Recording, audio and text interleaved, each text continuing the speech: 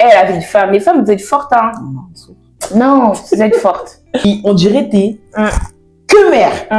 Et, enfin, parfois, les hommes, ils sont pas aussi prêts. Enfin, en fait, sportif, c'est petit même, en fait. Hello les gars! J'espère que vous allez bien. Aujourd'hui, on se retrouve pour une nouvelle vidéo. Et dans cette vidéo, on reçoit Charlène. On va parler de la femme, de la place de la femme, de surtout la femme en tant que mère et des réalités qu'elle peut avoir. Donc, si vous passez par là pour la première fois, n'oubliez pas de vous abonner, de liker, d'activer la cloche de notification. Enfin, si vous aimez la vidéo, bien sûr. On est d'accord. Sinon, ciao. Alors, qu'est-ce que tu peux nous dire de toi? On n'a rien répété, c'est vraiment au feeling. Qu'est-ce que tu peux nous dire de toi? Qui est Charlène? Alors, Charlène, elle a 30 ans, 3 enfants, qui a 8 ans, 2 ans et 1 an. J'ai que des girls. Maman épanouie, voilà, donc ça. Justement, c'est bien. Maman de 3 enfants à bas âge. Ou comment tu le vis? Parfois, est-ce que c'est compliqué? Bref, on va y aller pas à pas. J'aimerais te demander, la première question, c'est comment ça se passe au quotidien? Est-ce que c'est sportif comme certains peuvent le dire sur TikTok, sur les réseaux sociaux? On a toujours l'impression que les mamans sont débordées. Genre, qu'est-ce que tu peux nous dire par rapport à ça? En fait, sportif, c'est petit même en fait. Sportif, c'est petit. On va dire, bon, il y en a une, elle a 8 ans, donc bon, pour certains, ça peut paraître petit. Quand on a des enfants avec un grand écart d'âge, ouh là là, écart d'âge, en fait. Du coup, on a l'impression qu'en fait, celle qui a 8 ans, elle paraît comme si elle était super grande. Alors qu'en vrai, elle reste une petite fille. Mais au quotidien, c'est sportif. Surtout quand tu as 2 bébés en bas âge, 2 et 1 an. Au quotidien, c'est chaud. Hein. Franchement, c'est chaud. Après, c'est sportif de ouf. Ouais. Psychologiquement, surtout. Physiquement. Même moralement. Hein. On est là, on rigole. Il y a des jours, je pleure. Hein. Mais après, la vie, je me reprends. Et maman est à ouf, quoi. Mais quand tu dis que c'est plus que sportif, parce que sportif, c'est pas le mot, c'est bien ce qu'elle a dit. Ouais. Est-ce que c'est par rapport aux émotions ou c'est par rapport au fait qu'il faut que tout le monde ait ton temps? Parce qu'au final, c'est toi qui es plus sollicité pour les 3. Les 3 enfants ont besoin de toi. Et toi, du coup, tu es un peu plus, tu as besoin d'être avec les 3. Est-ce que c'est ça qui est compliqué? Déjà, juste quand on a un enfant et on en a un deuxième, après, je sais pas si toutes les mamans c'est comme ça, mais moi, personnellement, c'était ma première crainte, c'était quand l'autre, elle va arriver, est-ce que je vais encore accorder du temps, en fait, à la première et avoir l'impression, en fait, qu'elle est toujours là, même si je sais que c'est ma fille, c'est la première fille, dès l'instant, il y a un autre enfant qui arrive, t'es en mode... Ok, je m'occupe que de celle-là, l'autre en fait elle est un peu délaissée, t'es dans ton rôle de maman, etc. Déjà là, cette phase elle est difficile.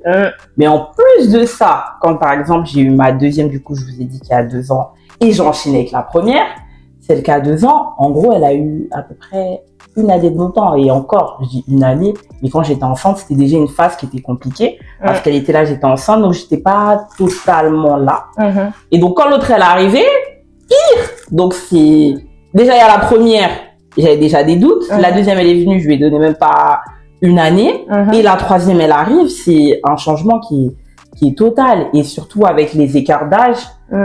Ok, d'accord, t'es maman. Donc, en gros, l'organisation d'une maman sur un mois complet, t'essayes de dire, voilà, il y a un week-end où j'accorde aux enfants, un week-end avec mon conjoint, un week-end peut-être avec mes amis, ou bien même juste un week-end pour moi.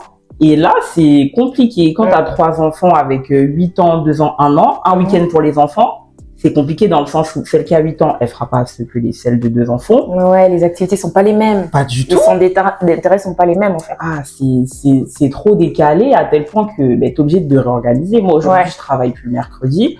Et le mercredi, je fais garder mes filles, mais j'accorde du temps à la première. Et le week-end, où je prévois pour les enfants, c'est plus pour les 2 petites, quoi. Mais c'est chaud. Franchement, c'est chaud. C'est très chaud. Mais du coup, dans toujours cet aspect sportif, du fait d'être maman de plusieurs enfants, est-ce que c'est sportif? Le matin, c'est comment? Avant d'aller à l'école, je suppose, elles sont petites, du coup, elles vont à la crèche, par exemple. Mais avant d'aller à la crèche, et la grande qui doit aller à l'école, comment ça se passe le matin? Genre, tu te réveilles quoi? 2 heures avant? Tu fais quoi? Comment tu vis? Ça doit être dingue. Non, c'est chaud. Franchement, après, je pense que c'est les débuts qui sont difficiles. Mais après, dès que tu as pris le pli, ça va. Mais ça reste quand même difficile. Moi, il y a 5h45. 5h45, je me dis, pour moi, j'accorde à peu près, 30 40 minutes, etc., etc. Je préparais les biberons, le petit déjeuner de la plus grande.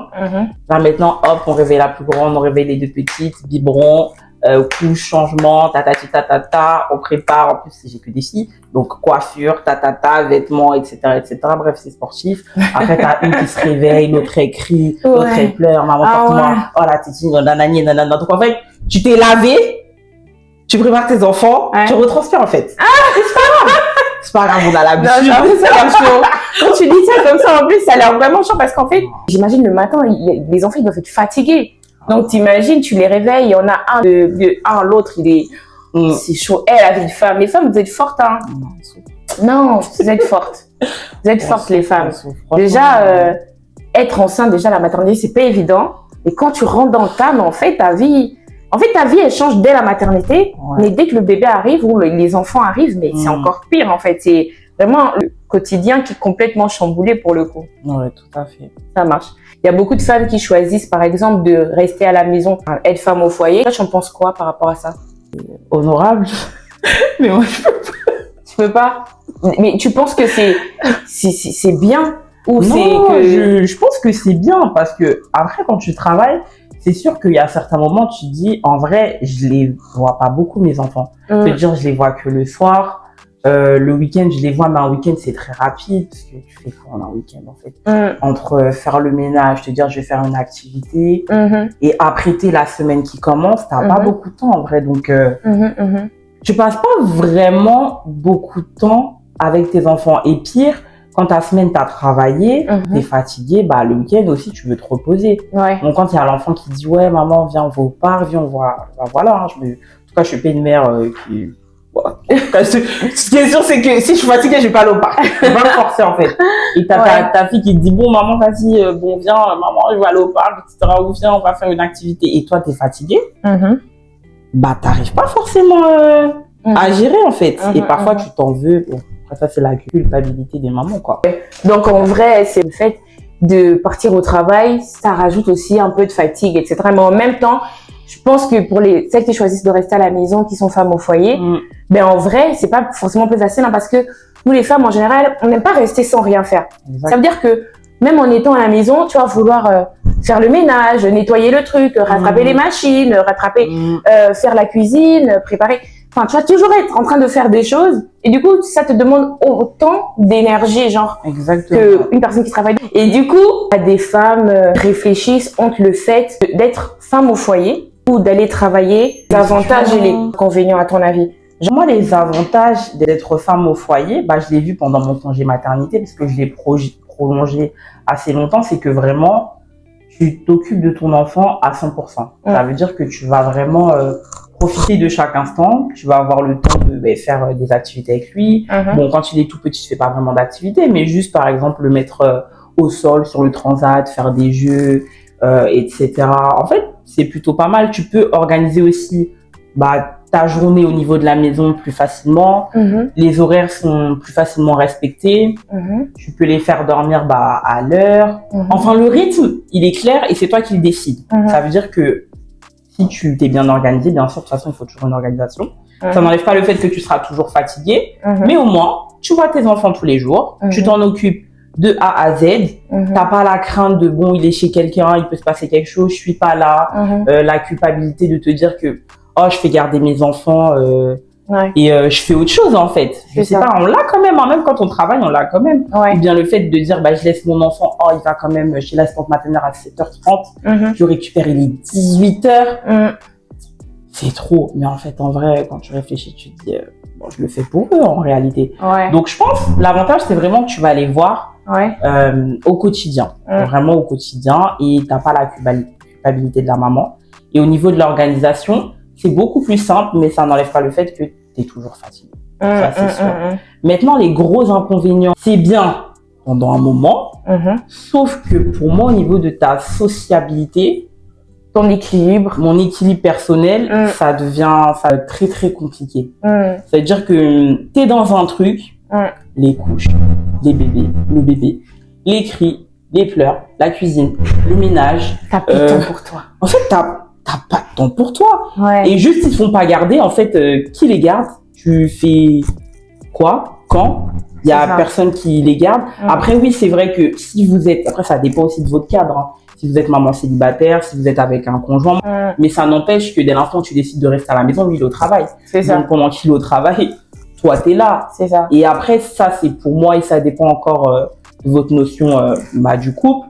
J'estime que si mon conjoint il est au travail, il rentre, bah forcément j'ai fait à manger. Enfin, c'est ça. Voilà quoi. C'est en pas... fait, t'es obligé d'être au service du coup. Exact. Donc c'est aussi ça. La sociabilité pour moi c'est important et en fonction aussi de comment vous avez géré votre grossesse, comment ça s'est passé, si vous avez eu comment on appelle ça, la dépression postpartum ou pas. Ah ouais. Ça compte. Vrai sujet. Et ça compte beaucoup.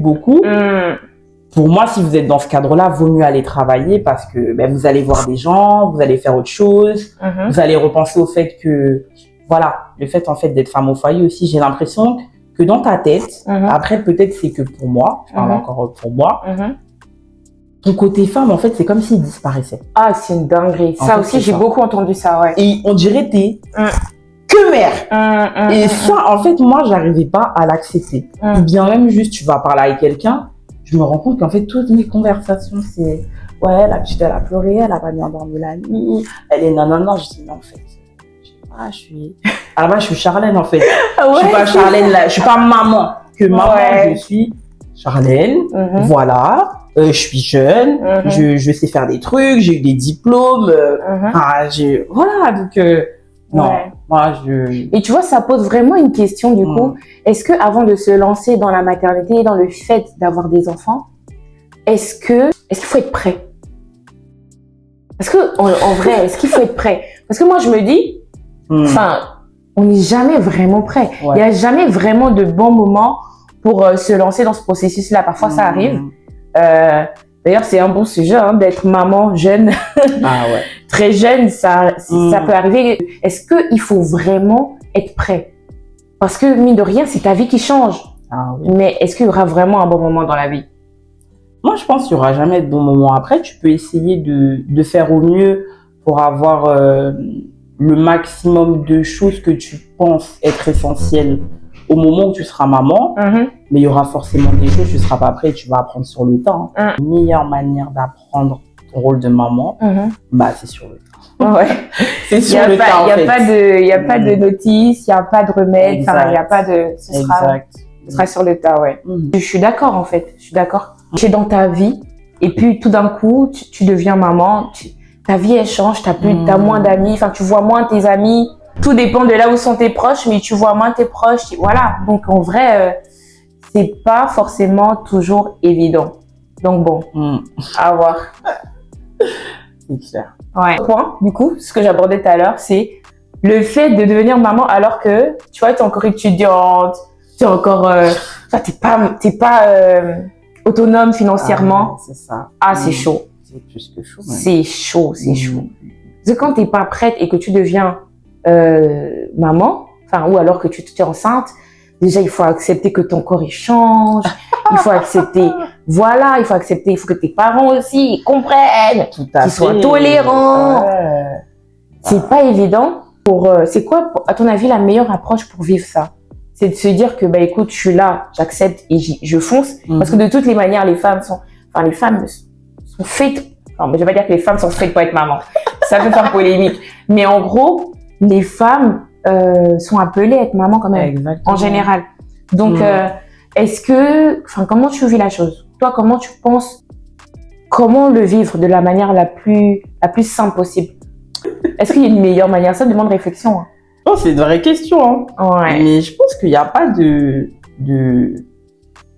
je pense même pas qu'il y ait une manière, en fait. Je saurais même pas comment expliquer. Je pense qu'au fur et à mesure que ta grossesse pousse, tu penses aux différentes choses qui risquent de t'impacter. Parce que de toute façon, dès l'instant où tu es enceinte, je pense que naturellement, en fait, tu vas être amené à aller tout de suite regarder les histoires des mamans, poser des questions autour de toi, savoir par rapport à ta situation comment est-ce que moi je peux faire pour que ça aille mieux, pour que je puisse faire ci, pour que je puisse faire ça.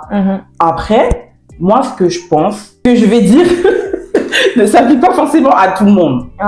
Mais je pense en tout cas qu'autour de moi, être enceinte et attendre un enfant en soi, c'est pas un objectif de vie. Mais quand, par exemple, t'es étudiante et que ça arrive, nos parents, ils ont tendance à dire que ça va freiner l'enfant, par exemple, dans ce qu'il est en train de faire, qu'elle va peut-être arrêter l'école, elle va peut-être arrêter des trucs, etc., etc.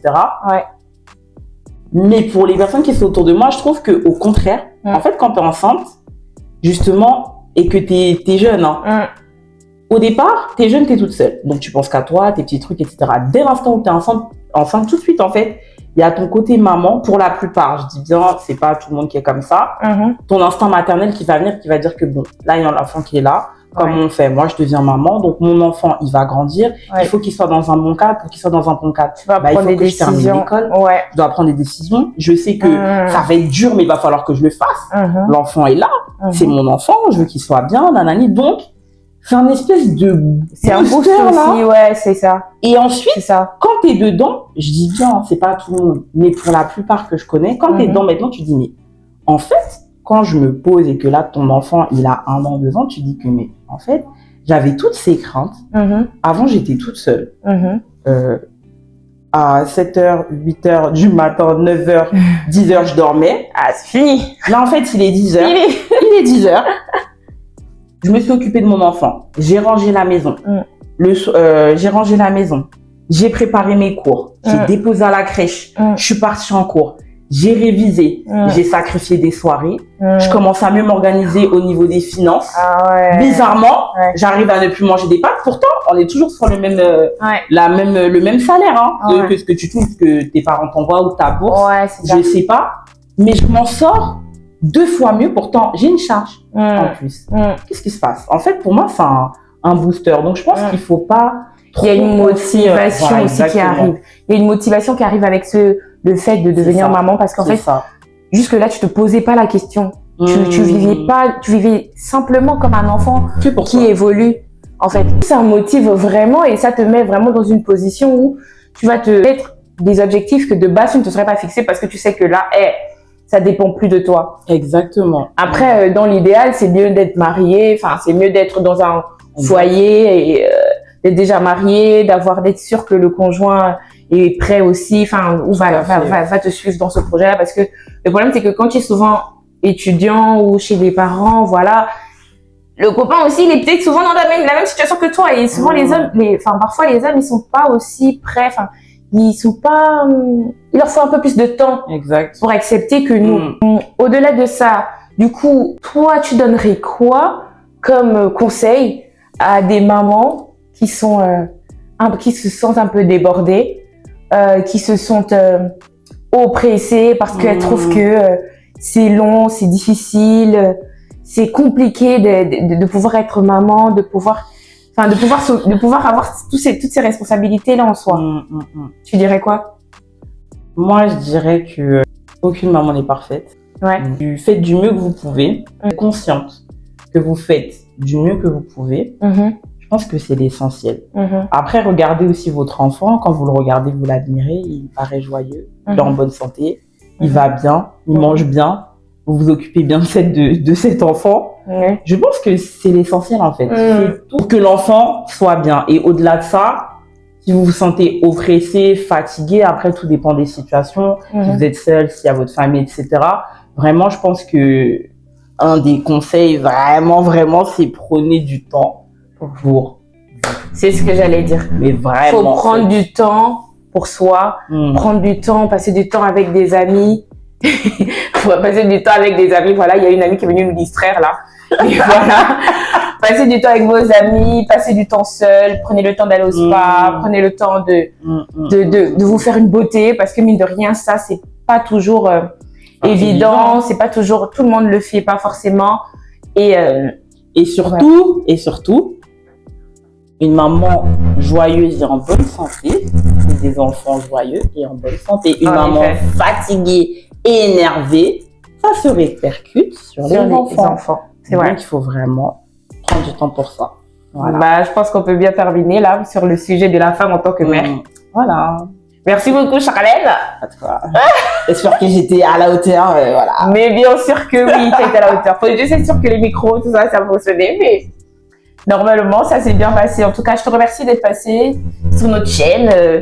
Nous, on accueille. Donc, si jamais il y a d'autres sujets, pourquoi pas. OK? Ouais, avec plaisir, avec plaisir. OK.